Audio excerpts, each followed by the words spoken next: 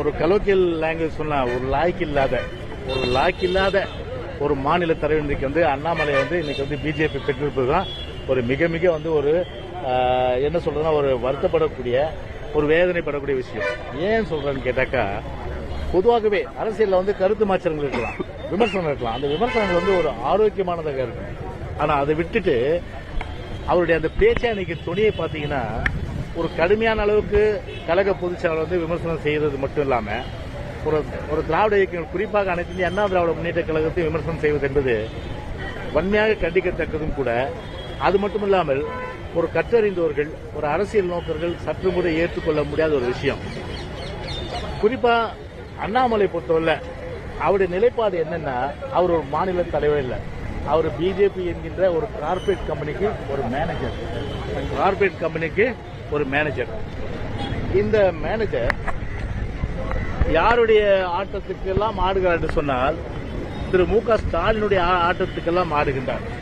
குறிப்பா சொல்லணும்னா தேர்தல் காலத்தில், அதாவது வந்து திரு மு.க. ஸ்டாலின் அவர்கள் பிஜேபிக்கும் எங்களுக்கும் ஒரு ரகசிய கூட்டணி இருக்குது என்று சொல்லும்போது அது எந்த காலத்திலாவது அண்ணாமலை மறுத்தாரா? மறுக்கல. மாறாக இன்னைக்கு பிஜேபியும் இன்னைக்கு டிஎம்கேயும் ரகசிய கூட்டணி. அந்த ரகசிய கூட்டணி ரெண்டு கார்பரேட் கம்பெனி ஒன்னாகி இன்னைக்கு வந்து ஒரு ரகசிய கூட்டணி அமைத்து அது பெரிய அளவுக்கு இன்னைக்கு வந்து ஒரு விவாத பொருளாகிவிட்ட நிலையில இன்னைக்கு ஸ்டாலின் பேச்சை கேட்டுட்டு அந்த மாதிரிலாம் வந்து இல்ல அப்படின்றதுக்கு அவர் தன்னுடைய அந்த மேடையை வந்து இன்னைக்கு வந்து ஒரு அநாகரிகமாக பயன்படுத்திய ஒரு சூழ்நிலை தான். அண்ணாமலையுடைய தகுதி என்ன? ஒரு 3 வருஷம் தான் அரசியல். பொதுச் செயலாளருடைய தகுதி என்ன? ஒரு கிளை செயலாளர், ஒன்றிய செயலாளர், அதன் பிறகு வந்து பல்வேறு, அதாவது சட்டமன்ற உறுப்பினர், நாடாளுமன்ற உறுப்பினர், அமைச்சர், ஒரு முதலமைச்சர்.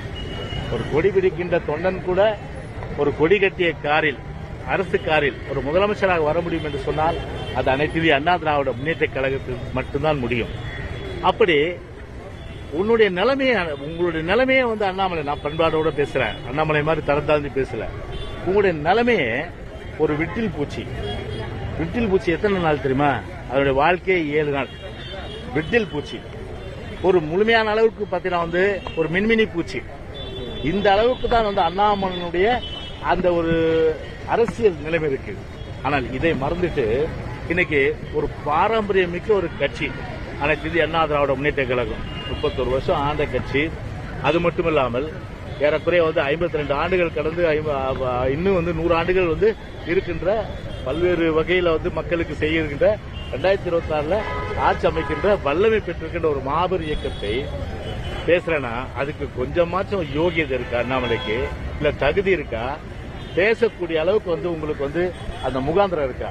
இல்ல. 1,12,000 பேர் இன்னைக்கு வந்து உள்ளாட்சி தேர்தலில் நாங்க நிக்க வைப்பேன்னா பல பூத்துல ஆளே இல்ல.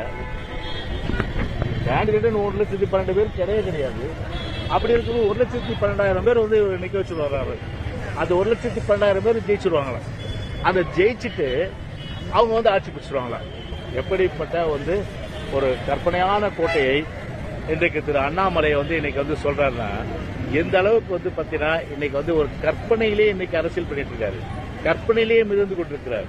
ஒரு மின்மினி பூச்சி போல, ஒரு விட்டில் பூச்சி போல. இப்ப சொல்றாரு திராவிட இயக்கங்கள் ஒழிக்கிறது தான். இதுவரை திமுக வாய் திறக்கல. ஏன்னா திராவிட இயக்கம் வரும்போது அண்ணா திமுக ஏதாவது வாரஸ் பார்த்து வாய் திறந்திருக்காரா? எப்பறம் அவங்களால முடியும் அப்படின்னு சொல்றாங்களா? இதுவரை சொல்லவே இல்லை. திராவிட இயக்கத்தை ஒழிச்சிடறான். திமுக வந்து நீ எப்படி பேசிக்கோ, ஆனால் திராவிட இயக்கங்கள் ஒன்றாக இருக்கின்ற அனைத்து இந்திய அண்ணா திராவிட முன்னேற்ற கழகத்தை இந்த விட்டில் பூச்சி பெரிய ஆலமரம், பெரிய அளவுக்கு பார்த்தீங்கன்னா வந்து ஒரு வீரனா இருக்கின்ற அந்த குதிரை ஓடக்கூடிய ஒரு மாபெரும் வந்து இயக்கம் அனைத்து இந்திய அண்ணா திராவிட முன்னேற்ற கழக இயக்கம்.